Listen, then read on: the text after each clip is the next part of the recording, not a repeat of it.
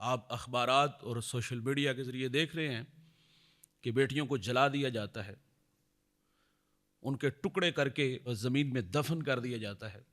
وہ عورت جو ماں باپ، بہن بھائی، سہیلیاں چھوڑ کے ایک شخص کے لیے، ایک شوہر کے لیے آتی ہے، اور اگر وہی شوہر اسے گالی دے، میرے نبی نے جابر بن سلیم سے فرمایا تھا، مرغے کو گالی نہ دو، وہ تمہیں نماز کے لیے اٹھاتا ہے، تو وہ انسان کو گالی دے۔ اس بیٹی کو جو کسی کے جگر کا ٹکڑا ہے، یہ صرف بیوی کو گالی نہیں دیتے، اس کے بہن بھائیوں کو بھی گالیاں دیتے ہیں، اس کے ماں باپ کو بھی گالیاں دیتے ہیں۔ یہ شوہر کا ظلم ہے نا۔ بیوی تو منہ سے جاں ہوتی ہے، عورت کی اتنی بڑی قربانی کہ وہ ایک شوہر کے لیے گھر بار، ماں باپ سب چھوڑ کے آ جائے، تو جس کے لیے چھوڑ کے آئی ہے اس شخص کا ظلم یہ ہے کہ وہ گالیاں بھی دیتا ہے، وہ مار پیٹ بھی کرتا ہے، قتل کر دیتا ہے، آگ میں جلا دیتا ہے۔ اور ہمارے معاشرے میں طلاق کی ریشو کس حد تک بڑھ گئی؟ وہ شخص اللہ کی رحمتوں سے محروم ہے، میرے نبی فرماتے، جس نے بلا وجہ کسی عورت کو طلاق دی۔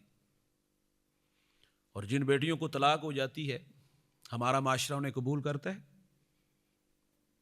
مرد ایک سے دو، دو سے تین، تین سے چار بھی شادیاں کر لے، وہ تو بالکل صاف ستھرا ہے، اسے ہمارا معاشرہ قبول کرتا ہے۔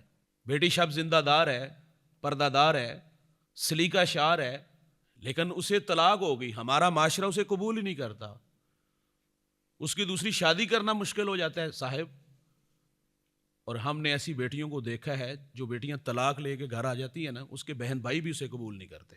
ہاں، ماں باپ ہوں تو بیٹیوں کو چھت ملتی ہے، عزت ملتی ہے، مرہم پٹی رکھی جاتی ہے۔ ظاہر ہے جو پیار محبت ماں باپ کے دل میں ہے وہ تو ضرور ملے گا جب تک ان کی سانسیں ہیں، لیکن ہم نے ایسی بیٹیاں دیکھی ہیں کہ ماں باپ دنیا سے چلے گئے، طلاق لے کے بیٹیاں گھر آ گئی نا، سگے بہن بھائی قبول نہیں کرتے، وہ لوگوں کے گھروں میں برتن مانج کے اپنے بچوں کا گزر بسر کرتی۔